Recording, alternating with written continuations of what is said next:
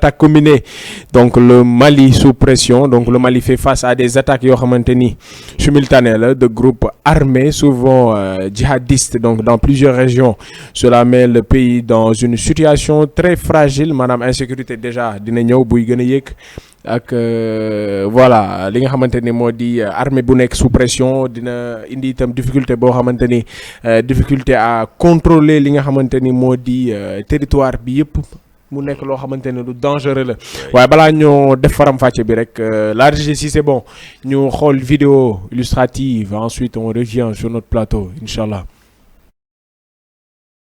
Au nord de Bamako, les habitants ont été surpris par l'arrivée massive d'hommes des rebelles du Djinim qui ont pénétré le nord de la capitale en se déguisant en soldats maliens. Cet effet de surprise majeure a permis aux hommes de prendre le contrôle de plusieurs bases militaires à Kati, grande ville garnison dans la banlieue de Bamako, alors que des échanges ont eu lieu près de l'aéroport de la capitale. La demeure du ministre malien de la Défense a été ciblée alors que son sort fait l'objet de plusieurs rapports sur les réseaux sociaux. Des tensions sont également signalées à Gao, alors qu'à Kidal, les rebelles touaregs du Front de libération de l'Azawad revendiquent la prise de la capitale régionale malgré une forte présence de troupes maliennes, alors qu'au moins un hélicoptère des forces expéditionnaires russes a été neutralisé. Les autorités maliennes annoncent avoir le contrôle de Bamako et de sa région et une contre-offensive en cours à Kidal, où Moscou apporte un soutien aérien aux troupes maliennes. Cette offensive est un nouveau revers pour Assimi Goïta,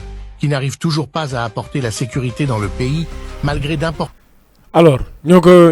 ko gisandoo vidéo vidéo yooyu noonu daal di wax lu bari Mali nekkoon dëkk bu neex waay gars yi ñu ngi koy yàq sama dëkk la quoi sa dëkk la macha allah origine malienne la macha allah sont sénégalais mais j'ai des arrière-parents qui kon kay fu mu ne nii da nga war a dem xeexi man li ñaanal yàlla yërëm xare da baax da nga war a dem xeexi vidéo man wax ma nga nii de xoolal bëri naa fa ay mbokk aussi vidéo da ngay dem xeexi wala non xeex baaxul gën jàmm xoolal jàmm gën lépp jàmm gën su ma dugal léegi Mali wallaay su ma duggee wallaay billaay wax nga dëgg jàmm rek la ñuy dox macha allah fitna ñun doxuñu si dara dëgg la mais alors lan moo tax jàmm jooju noonu tey jii nii insécurité wala sécurité Mali di gën di empirer wu parce que bu ñu xoolee bu baax a baax même ay at ci ginnaaw ñu ngi doon wax wala ay weer ci ginnaaw naan terroristes yi et cetera mais Mali lu ñuy gën di xool muy gën di avancer mais attaques yi di gën di bari pourquoi c'est-à-dire que pourquoi xam nga Mali actuellement dañu am un régime militaire un régime militaire lañ te dañ ne on appelle l'armée la grande muette bu ñu ne la grande muette mooy l'armée doit parler peu et taper fort l'armée comprendre nga parce que esprit militaire ak esprit civil bokkul esprit militaire souvent résistance daf leen di animer da ngay gis seen devise yi quoi on nous tue mais on ne nous déshonore pas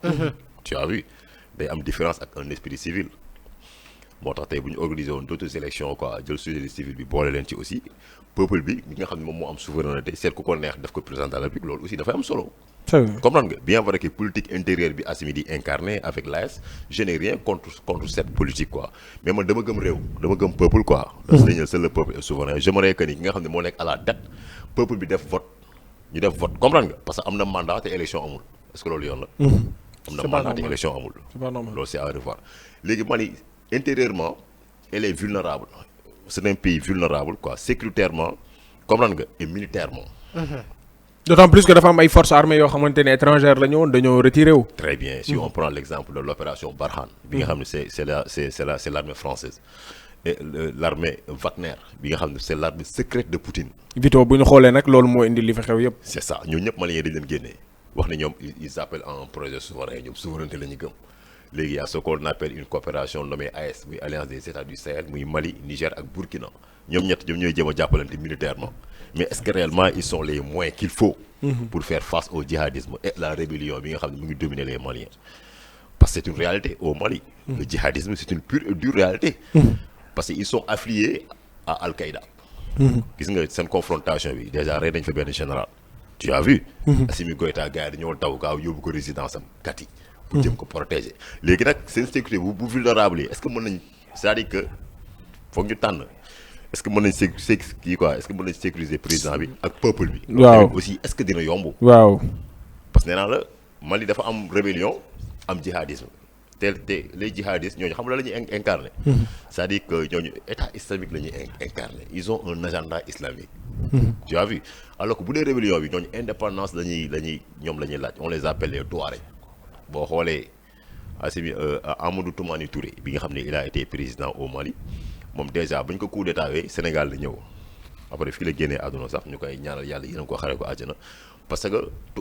Touareg yi ak Amadou Toumani Touré gars yi mën nañu wax ni ñoom ñoo bokkoon ethnie comprendre nga. léegi armée malienne bi gisoon que ni ñoom ils sont un peu vulnérables quoi devant les Touaregs ñu gis ni président bi sax est-ce que du complice gars yi daaneel ko.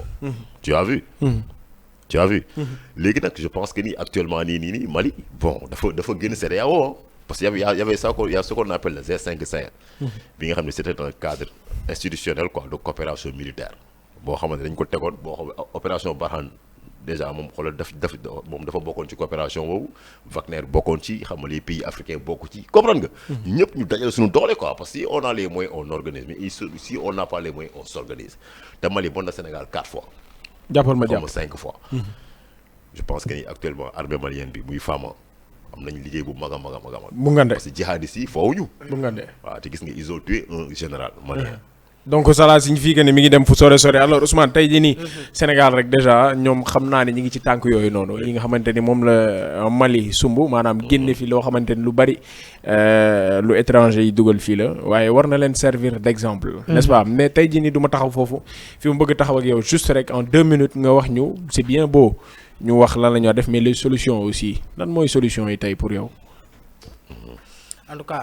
d'abord dañuy soutenir peuple malien ba pare. di masawu aussi di masawu leen aussi bu baax a baax. effectivement frère. ñi nga xamante ni aussi ñoom ñoo si ñàkk seen bakkan aussi yàlla yërëm leen. amiin ndax des fois aussi dafa am dañuy wax souvent nit jàmm moo gën loo gis. loo ko jëndee jar na ko. des fois da imaginer ñoo xamante ni tey dañoo ñëw solo comme armée malien lañ solo boo gisee vidéo bi. dugg si biir réew mi tey mënatoo xàmme